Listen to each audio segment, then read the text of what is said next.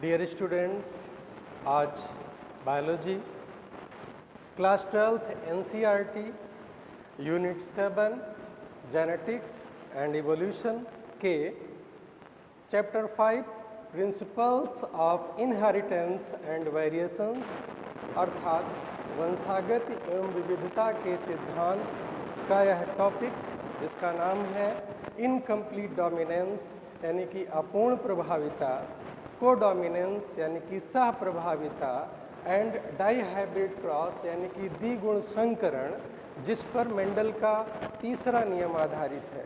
Video का यह दूसरा भाग मैं डॉक्टर रमाशंकर पांडे, प्रवक्ता जीव विज्ञान, एच इंटर कॉलेज मुसाफिर खाना अमेठी, आप सबको बताने जा रहा हूँ। प्यारे बच्चों, चाहे आप सीबीएसई बोर्ड के हों, चाहे आईसीएसई बोर्ड के हों, चाहे यूपी बोर्ड के हों, चाहे आप जीव विज्ञान के पुराने छात्र रहे हों या आपने कभी जीव विज्ञान नहीं पढ़ा है, आपको सामान्य जानकारी अगर चाहिए तो आज का यह वीडियो आपके निश्चित रूप से काम का है। सबसे पहले हम टॉपिक लेते हैं इनकम्प्लीट डोमिनेंस, अपूर्ण प्रभाविता। सबसे पहले इसके इतिहास में जाते हैं, इसके पीछे की घटनाओं पे जाते हैं तो देखते हैं कि मेंडल साहब ने 7 वर्षों तक जो अपने प्रयोग किए और उसके निष्कर्ष निकाले, वे निष्कर्ष 1866 में 1866 में पब्लिश हुए एक जर्नल में, जिस जर्नल का नाम है annual proceedings of the natural history society of Brunn. दुर्भाग्य कहें मेंडल साहब का कि उस समय वैज्ञानिक जगत ने और दुनिया ने उनकी चीज़ को, उनके काम को नोटिस नहीं किया, लोगों ने उसको महत्व नहीं दिया, या यूँ कहें कि लोग उस बात को समझ नहीं पाए।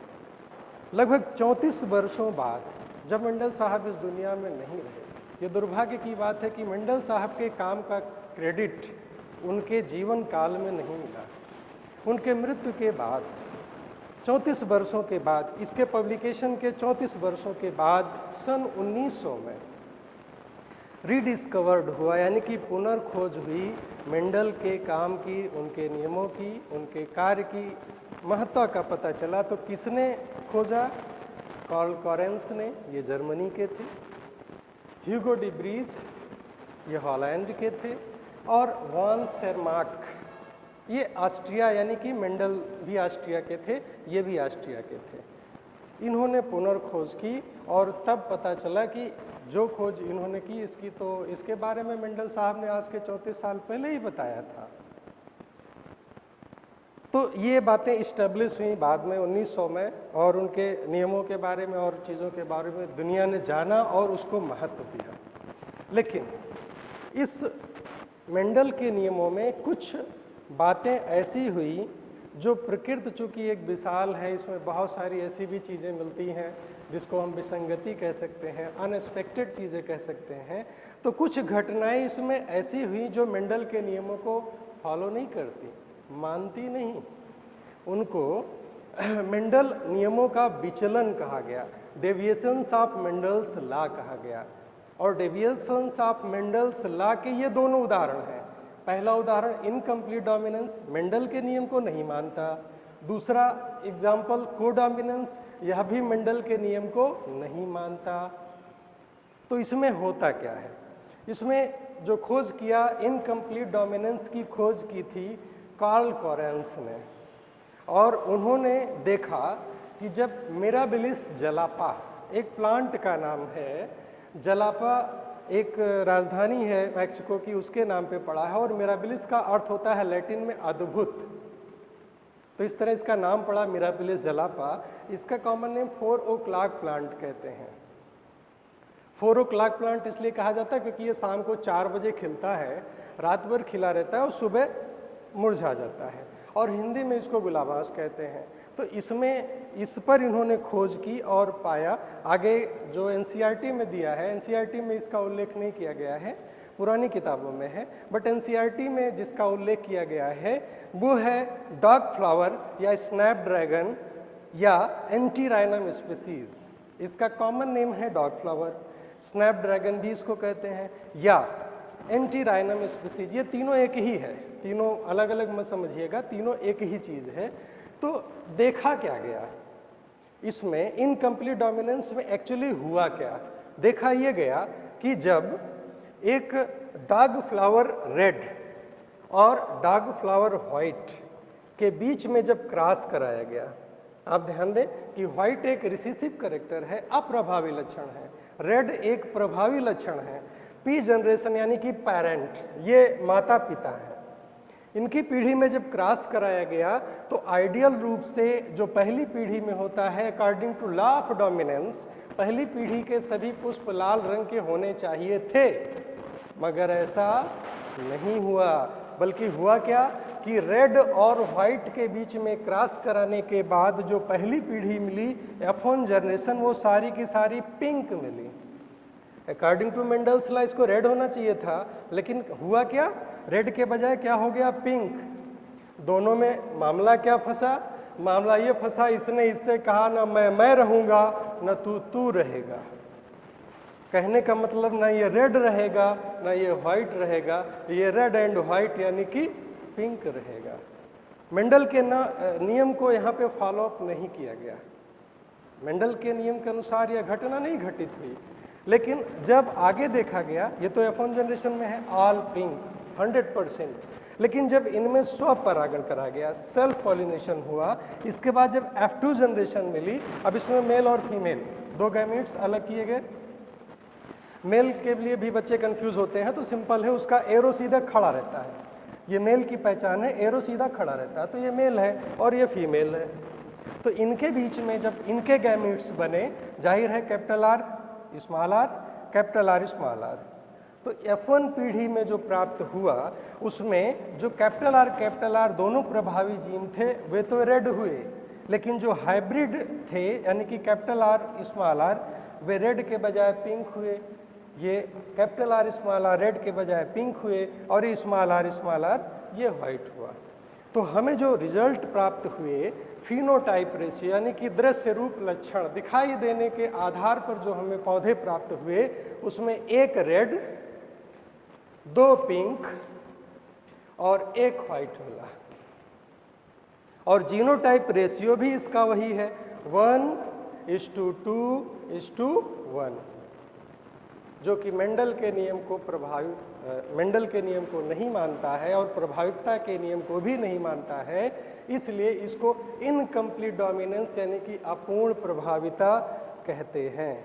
अब एक प्रश्न बड़ा उठता है, आप सबने सुना होगा जीन्स के बारे में। प्रश्न उठता है, ये जीन्स काम कैसे करता है?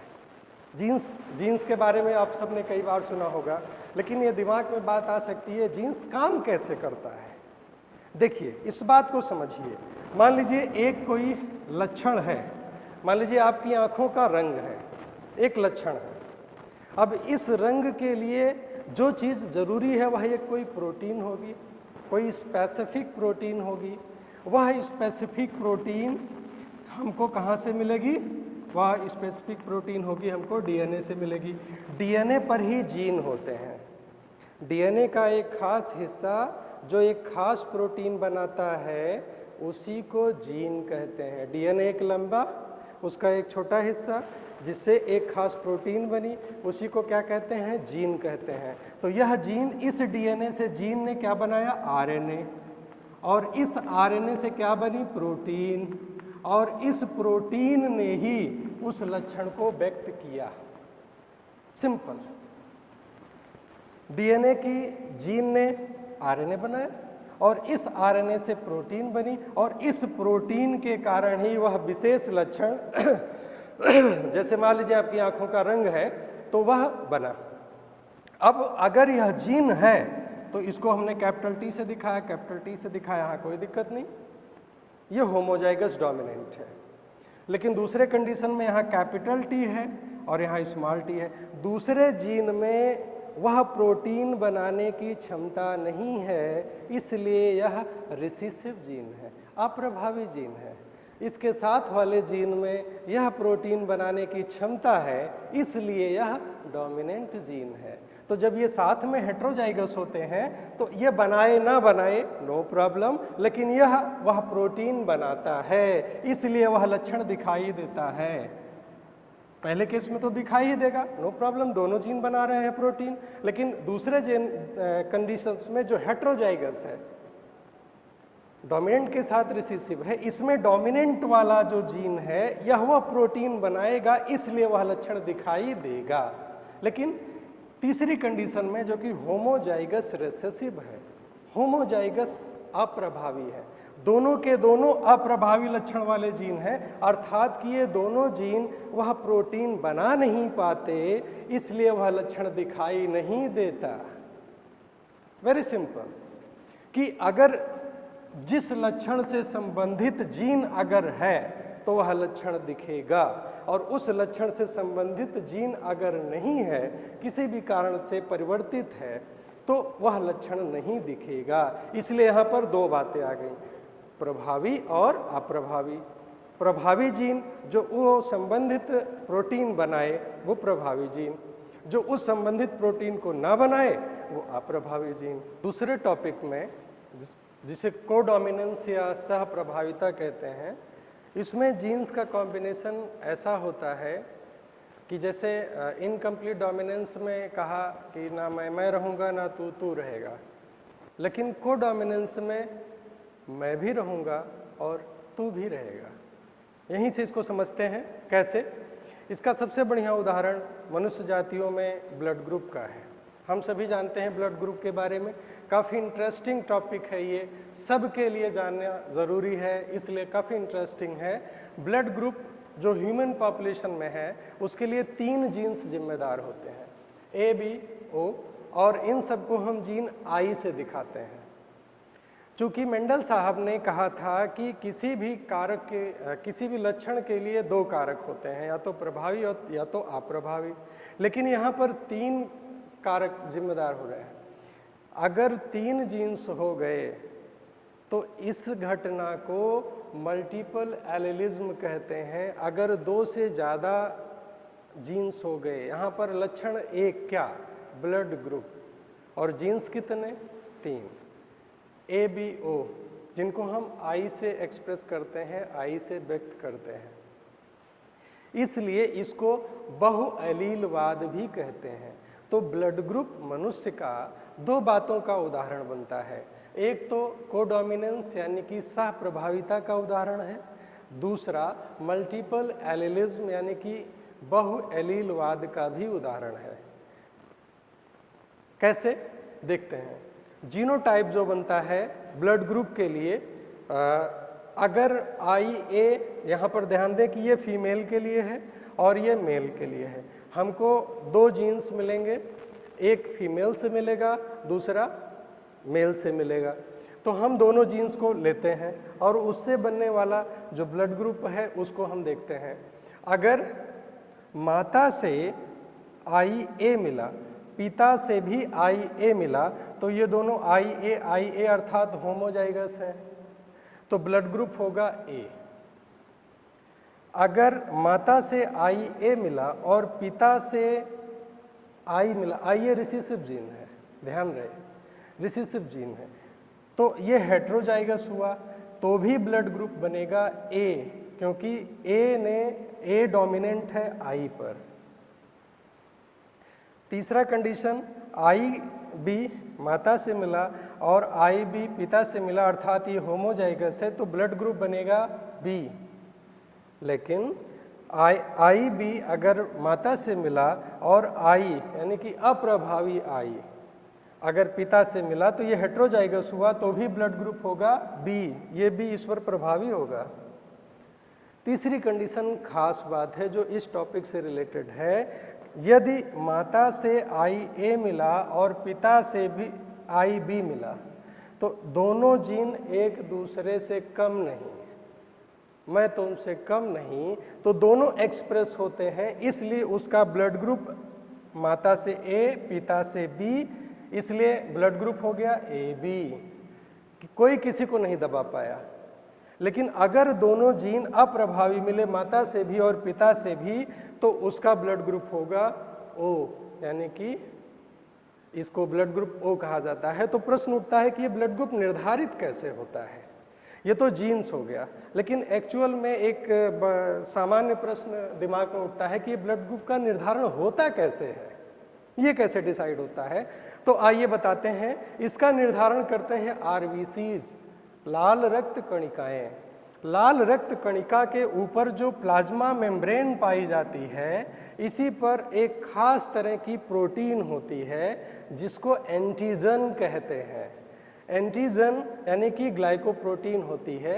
यही एंटीजन ब्लड ग्रुप का निर्धारण करती है। ध्यान दें, अगर एंटीजन ए है, ये एंटीजन इन जीन से बनने वाले एंटीजन ए है तो ब्लड ग्रुप ए होगा। एंटीजन बी है तो ब्लड ग्रुप बी होगा। एंटीजन अगर जीन ए और बी है तो एंटीजन ए बी होगा तो ब्लड ग्रुप ए बी बनेगा। अर्थात और एंटीजन अगर नहीं है तो ब्लड ग्रुप ओ होगा। Very simple. जिस प्रकार का जीन होगा उस प्रकार का एंटीजन बनेगा, उस प्रकार का ब्लड ग्रुप होगा। तीनों बातें बिल्कुल ठीक से अच्छी तरह समझ लेनी है। मैं फिर दोहरा रहा हूं कि जिस तरह का जीन होगा उसी तरह की प्रोटीन बनेगी, ये ग्लाइकोप्रोटीन, जिसको कि हम एंटीजन भी कहते हैं, और वही निर्धारित करेगा ब्लड ग्रुप। तो ब्लड ग्रुप का निर्धारण इस आरबीसी यानी कि लाल रक्त कणिका के ऊपर पाए जाने वाला एंटीजन या ग्लाइकोप्रोटीन डिसाइड करता है। यहाँ पर ये निश्चित हो जाए।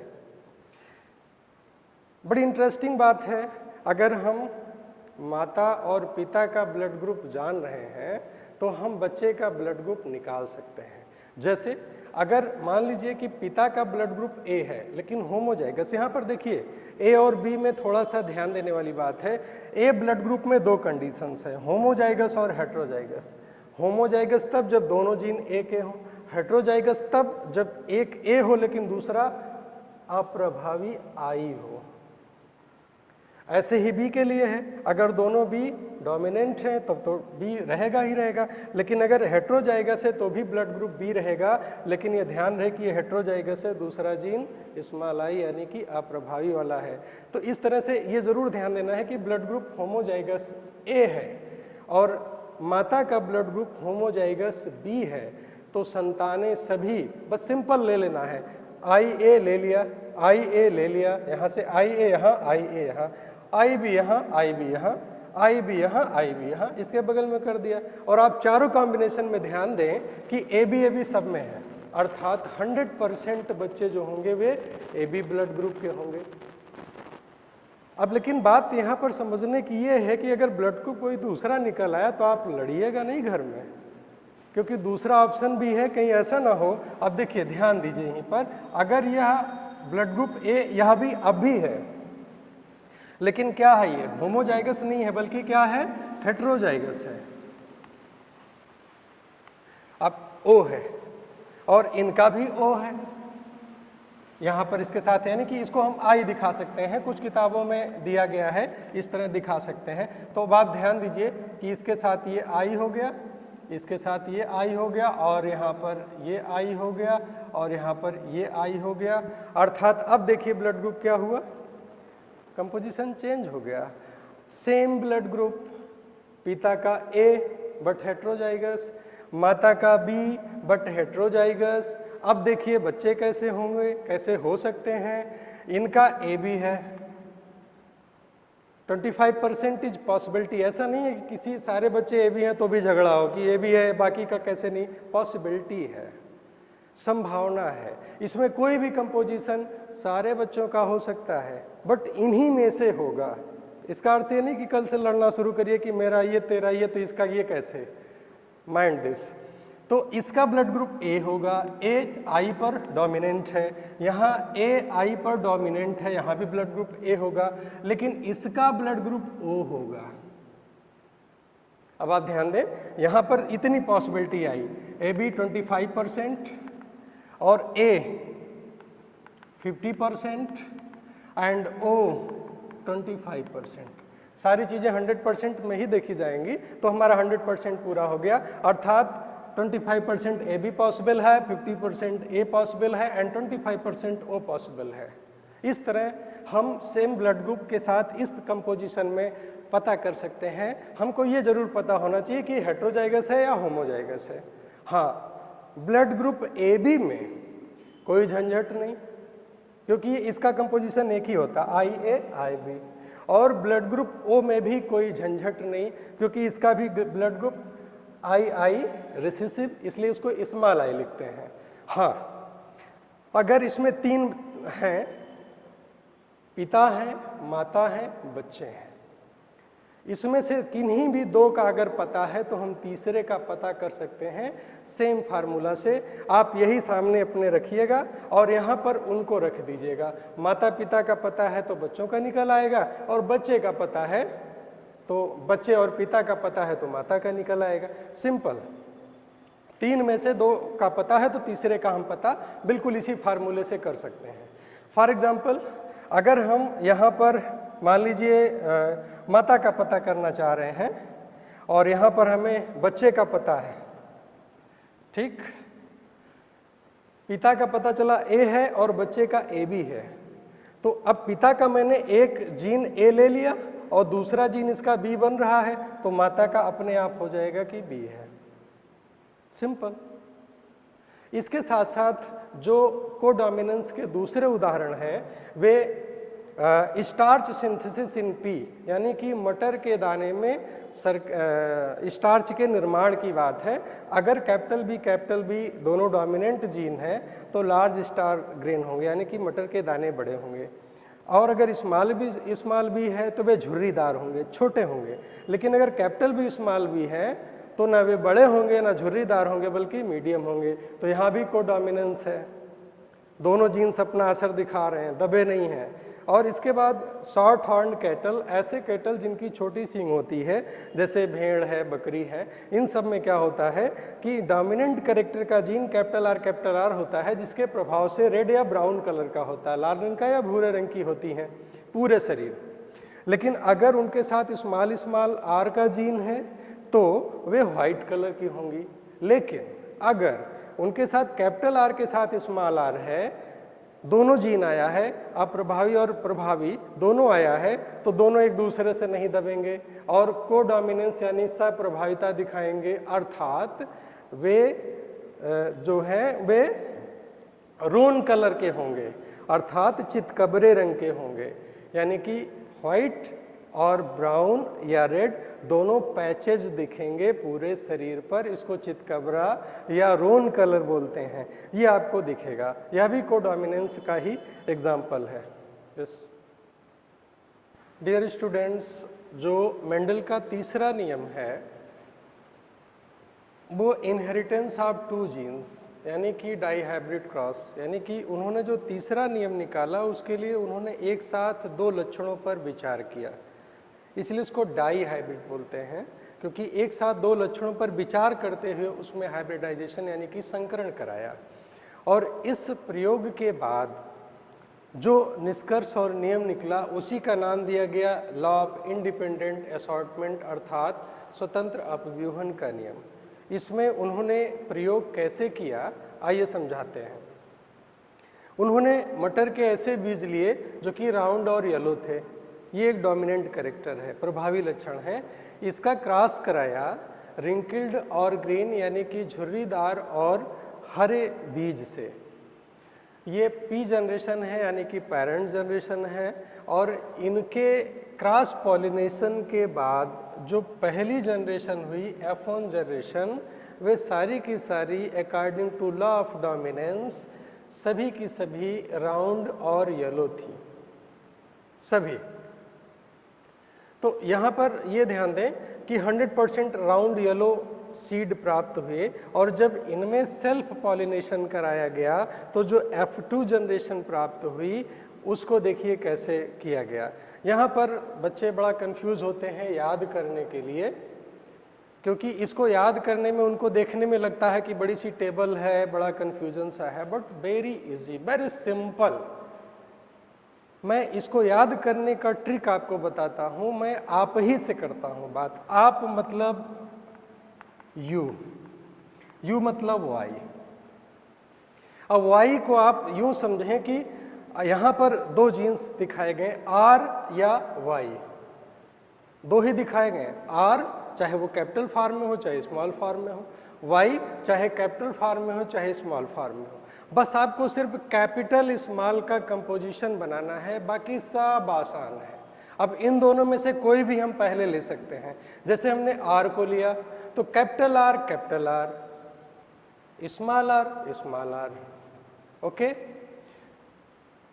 अब दूसरा composition capital Y small y, फिर कैपिटल Y स्मॉल y, यानी कि एक बार हमने कैपिटल लिया, दूसरा उसी का स्मॉल लिया, दूसरी बार मैंने एक बार कैपिटल लिया, दूसरी बार स्मॉल लिया, फिर हमने उसका कैपिटल लिया, फिर उसका स्मॉल लिया। अब आप सोचोगे कि ये तो सर बड़ा याद करने में बड़ा ध्यान देना पड़ेगा, तो बिल्कुल टेंशन मत लीजिए दिमाग पे, हम Y के साथ यही भी करें तो भी हमको ही मिलेगा। हमने क्या किया कि कैपिटल Y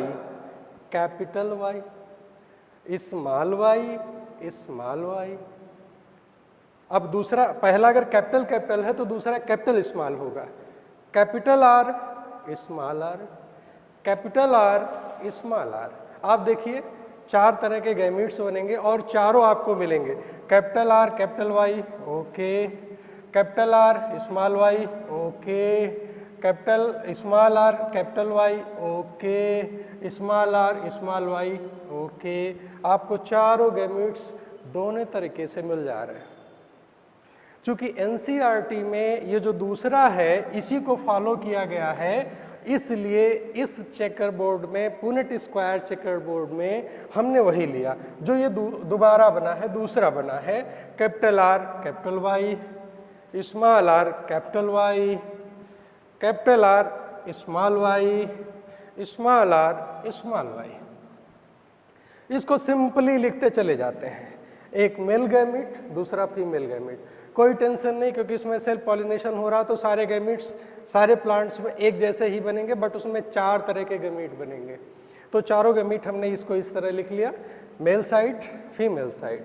अब इसके बाद सीधे जैसे कैपिटल R तो है तो सब में लिखते चले गए, capital R capital R capital R capital R।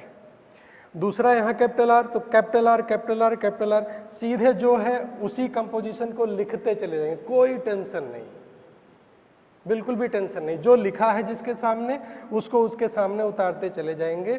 थोड़ा सा ध्यान देंगे कि कैपिटल पहले लिखें स्मॉल बाद में लिखें। अब आप देखें ये हमने लिख के तैयार कर लिया। लिखने के बाद हम इतने को देखते हैं कि राउंड के लिए 2 कंपोजिशन होता है, कैपिटल R तब भी राउंड होगा सीट, और कैपिटल R के साथ स्मॉल r होगा तब भी राउंड होगा, क्योंकि डोमिनेंट जो होता है वो दोनों कंडीशंस में हो सकता है, होमोजाइगस भी हेटेरोजाइगस भी। ऐसे ही येलो के साथ है, कैपिटल Y है तो भी येलो होगा, पीला होगा, और कैपिटल Y स्मॉल y है तो भी पीला होगा। लेकिन अगर दोनों रिसेसिव कैरेक्टर्स हैं स्मॉल r तो रिंकिल्ड यानी कि झुर्रीदार होगा सीड, और इसी तरह स्मॉल y है तो बीज का रंग ग्रीन यानी कि हरा होगा। अब इन्हीं पैरामीटर्स पर जो आ रहे हैं हम उनको लिख देते हैं। मैंने सबके जीनोटाइप लिख दिए हैं, और जब हम इसका फिनोटाइप यानी कि दृश्य रूप लक्षण पर विचार करते हैं, मैं उम्मीद करता हूं कि आपको ये बहुत आसानी से होगा। बस इतना ध्यान देना है, कैपिटल स्मॉल, एक को ले लो, चाहे R को चाहे Y को, सिंपल गैमीट आपका तैयार। वो गैमीट जो आप सेलेक्ट करें दोनों में से, उन्हीं गैमीट को हम दोनों तरफ लिख दें, एक मेल हो गया दूसरा फीमेल हो गया। इसके बाद जो जो जीन्स हैं, जैसे कैपिटल R यहाँ हो गया, कैपिटल Y यहाँ हो गया, आगे चलते हैं, कैपिटल R यहाँ से हो गया, स्मॉल r यहाँ से हो गया, कैपिटल Y यहाँ से हो गया, कैपिटल Y यहाँ से हो गया। ये सारे अब यहाँ से हम टैली करते हैं तो क्या होगा, जैसे कैपिटल R तो राउंड हो गया, कैपिटल R स्मॉल r तो ये राउंड हो गया, और कैपिटल Y तो येलो हो गया, कैपिटल Y स्मॉल y तो ये भी येलो हो गया। तो ये देखते हैं, ये round yellow, round yellow, round yellow, round yellow, round yellow, round yellow, round yellow, ये सारे राउंड येलो होंगे। फिर यहाँ ये राउंड येलो, फिर ये राउंड येलो। इस तरह से कुल कितने मिल रहे हैं? 9। 1 2 3 4 5 6 7 8 9, ये 9 हमको मिले राउंड येलो। अब यहाँ पर ध्यान दीजिए, स्मॉल आर यानी कि रिंकल्ड के साथ कैपिटल वाई यानी कि रिंकल्ड के साथ येलो। तो रिंकल्ड येलो, स्मॉल आर, ये है और ये है रिंकल्ड और इसके साथ येलो है। तो रिंकल्ड येलो 1 2 3 कितने मिले? रिंकल्ड येलो 3 मिले। इसके बाद इसको देखिए, कैपिटल आर, इसके साथ कैपिटल आर स्मॉल आर, ये तीनों क्या है? राउंड होंगे। लेकिन स्मॉल वाई ये किसका है? ग्रीन। तो राउंड के साथ क्या है? ग्रीन। तो 1 2 3 ये 3 मिले राउंड ग्रीन। अब लास्ट में एक बच रहा है, ये स्मॉल आर स्मॉल वाई, ये है रिंकल्ड ग्रीन और ये 1 मिला रिंकल्ड ग्रीन। तो इस तरह हमको फिनोटाइप प्राप्त होता है 9:3:3:1। ये डाई हाइब्रिड क्रॉस का निष्कर्ष है। खास बात इसमें क्या है जो अलग बात है? देखिए, हमने 2 कैरेक्टर से शुरुआत की, क्या? राउंड और येलो से। एक दूसरा रिंकल्ड और ग्रीन। यहाँ पर 2 लक्षण हैं, राउंड, रिंकल्ड, येलो, ग्रीन। ठीक, 2 लक्षण हैं। लेकिन 2 ही कॉम्बिनेशन के बाद यहाँ डोमिनेंट प्राप्त हुआ। लेकिन F2 जनरेशन में हमें 2 नए कंपोजिशन मिले, बिल्कुल नए।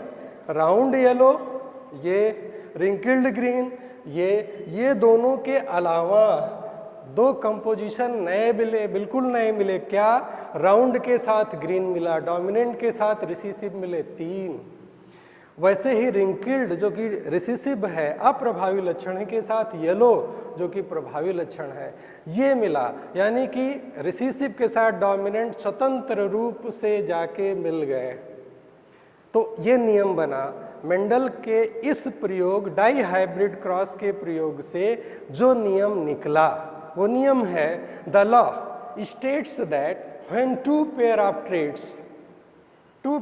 ट्रेट्स लक्षण are combined in a hybrid, segregation of one pair of characters in independent of the other pair of characters, स्वतंत्र रूप से दूसरे के साथ पेयर बनाते हैं।